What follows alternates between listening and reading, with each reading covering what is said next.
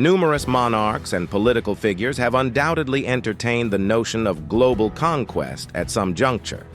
Across history, we've witnessed empire after empire endeavor to extend their territorial dominion and diplomatic sway as expansively as feasible across the globe. While only a few have achieved the magnitude of success attained by the colossal British Empire, which once wielded authority over approximately 25% of the world's landmass, many others, like Imperial Germany, have pursued ambitious aspirations to expand their influence, despite never achieving global dominance.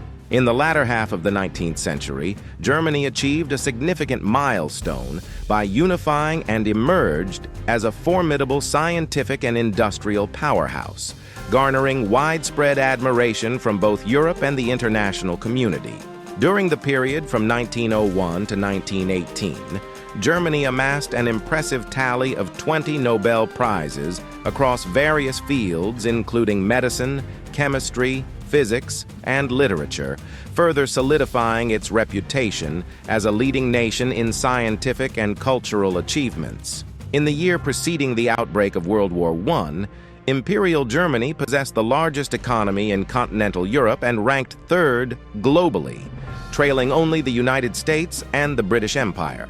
With a formidable military and a burgeoning domestic prosperity, the German Empire was poised for further ascendancy and sought to assert even greater success and power on the world stage. In 1914, the First World War erupted.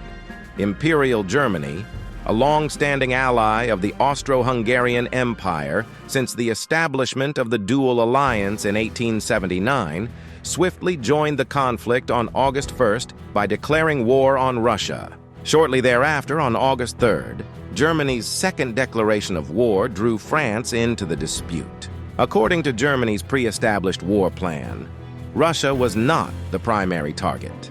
Instead, Germany invaded Belgium, prompting Great Britain to declare war on Germany just one day after the second German declaration of war. This escalation of conflict marked the initiation of Imperial Germany's renowned Schlieffen Plan, later named after the prominent German Field Marshal Alfred von Schlieffen. The meticulous design of the Schlieffen Plan had actually been formulated almost a decade earlier, with the aim of securing victory in a large-scale war, particularly against the French Third Republic. The strategy involved bypassing the direct border between Germany and France and instead advancing through Belgium and Luxembourg. By attacking the French flank and rear, the plan aimed to achieve a decisive victory over France. The offensive was divided into three wings: the right, center, and left. The right wing comprised the German 1st, 2nd, and 3rd Armies, while the left wing consisted of the 6th and 7th Armies.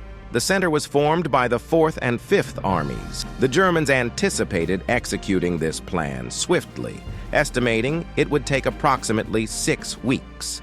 Additionally, they assumed that the Russian mobilization would be slow enough to allow for a smaller German defensive effort against their eastern adversary.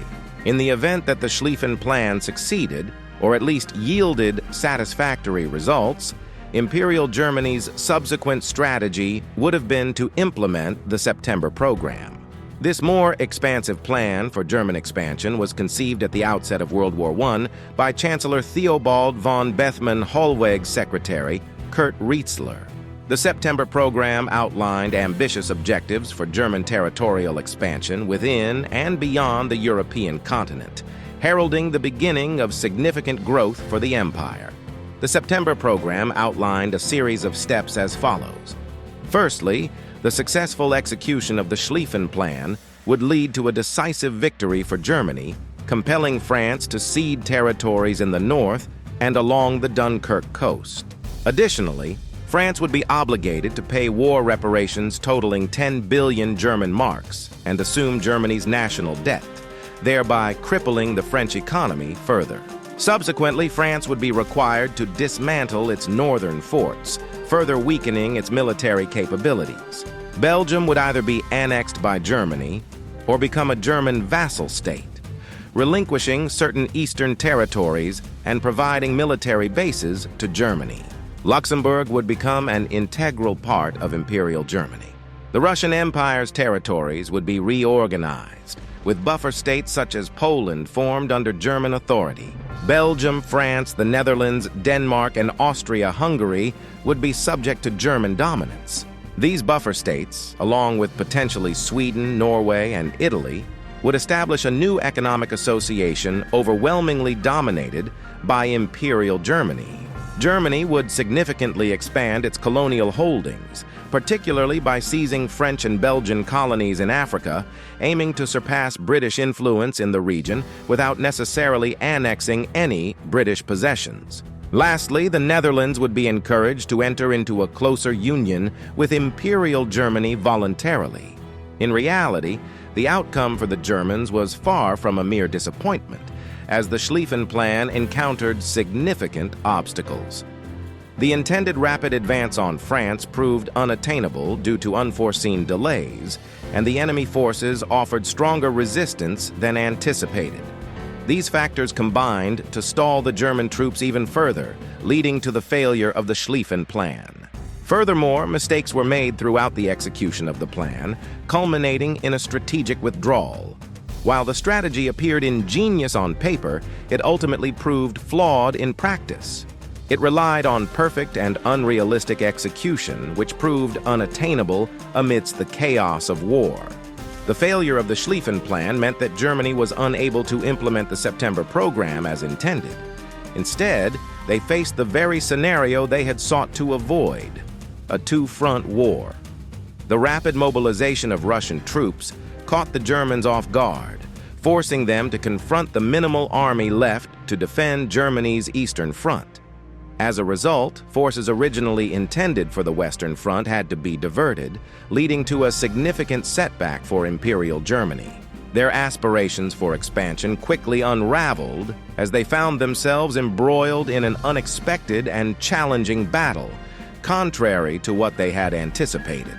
The swift victory envisioned by the Germans had become nothing more than a distant dream, and with it, the hopes of realizing the September program were dashed.